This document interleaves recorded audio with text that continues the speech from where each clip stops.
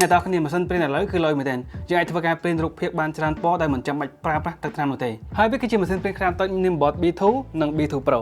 វាមានសមត្ថភាពបោះពុម្ពបានរហូតដល់ទៅកម្រិត 300 dpi សម្រាប់ model Nimbot B2 Pro និងកម្រិត 203 dpi សម្រាប់ប្រភេទ Nimbot B2 ធម្មតាដែលអក្សរនៅរូបភាពដែលវាបោះពុម្ពចេញមកគឺបានច្បាស់ល្អមែនទែនវាអាចបោះពុម្ពពណ៌សនិងខ្មៅសម្រាប់ប្រភេទ B2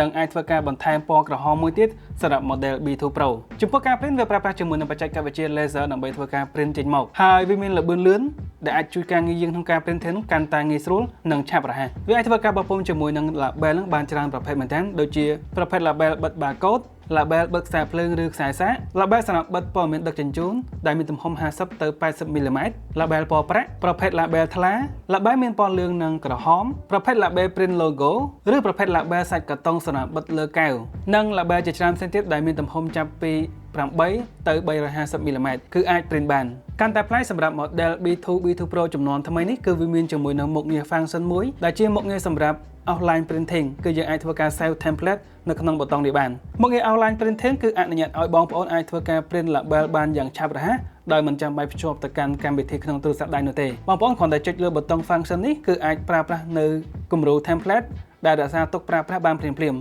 មិនថាជាការព្រីនថ្ងៃខែផលិតបច្ចុប្បន្នឬប្រវត្តិព្រីនចុងក្រោយនោះទេម៉ាស៊ីនព្រីន Nimbot B2 និង B2 Pro នេះគឺមានទំហំថ្មធំមែនទែនរហូតដល់ទៅ 1500 mAh សម្រាប់ការប្រើប្រាស់ជាប់ដោយមិនឈប់តែម្ដងគឺអាចរ៉ានបានរហូតដល់ទៅ4ម៉ោងជាប់គ្នាហើយសម្រាប់ការប្រើប្រាស់ទូទៅវិញគឺថាយើងអាចប្រើប្រាស់បានមួយអាទិត្យជាងគឺមិនជាបញ្ហានោះទេចំពោះការសាកថ្មចូលក៏លឿនមកដែរអ្នកនរគ្នាចំណាយពេលខ្ទង់តែ1ម៉ោងបន្តិចតែប៉ុណ្ណោះគឺអាចធ្វើការសាកថ្មពេញហើយសម្រាប់ការប្រើប្រាស់ភ្ជាប់ទៅកាន់ Nimbot B2 និង B2 Pro នេះក៏កាន់តែងាយស្រួលដែរអ្នកនរគ្នាគ្រាន់តែធ្វើការទាញយកកម្មវិធីមួយឈ្មោះថា Nimbot នៅក្នុង Play Store ឬក៏ App Store វាប្រើប្រាស់បានទាំង Android និង iOS ហើយសម្រាប់ការភ្ជាប់គឺវាអាចភ្ជាប់បានរហូតដល់ទៅ10ឧបករណ៍ឯណោះចំពោះកម្មវិធីក៏មានមុខងារឆ្លាតវៃជាច្រើនផងដែរដូចជាមុខងារ scan មុខងារសម្គាល់រូបភាពមុខងារបោះពុម្ពជាលេខរៀងនៅក្នុងនេះក៏មានជា font ជាភាសាខ្មែរច្រើនជម្រើសនិង font ជាច្រើនផ្សេងទៀតដែលយើងអាចធ្វើការជ្រើសរើសបានហើយនៅក្នុងនេះគឺវាមានជាមួយនឹង icon ហ្នឹងច្រើនជាង 1000 ជម្រើសសម្រាប់ធ្វើការប្រើប្រាស់វាថែមទាំងមានសូមរចនាជាច្រើនសម្រាប់ធ្វើការប្រើប្រាស់ផងដែរបងប្អូនអាចធ្វើការប្រើប្រាស់បោះពុម្ពដោយមានភាពទាក់ទាញ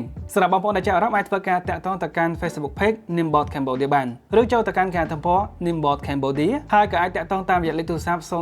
965 009ដើម្បីទទួលបានការធានាត្រឹមត្រូវរយៈពេល1ឆ្នាំពីក្រុមហ៊ុនផ្លូវការផ្ទាល់វីដេអូនេះគឺមានតែប៉ុណ្្នឹងទេអរគុណច្រើនសម្រាប់ការទស្សនាវីដេអូមួយនេះជួបគ្នានៅក្នុងវីដេអូក្រោយបាយ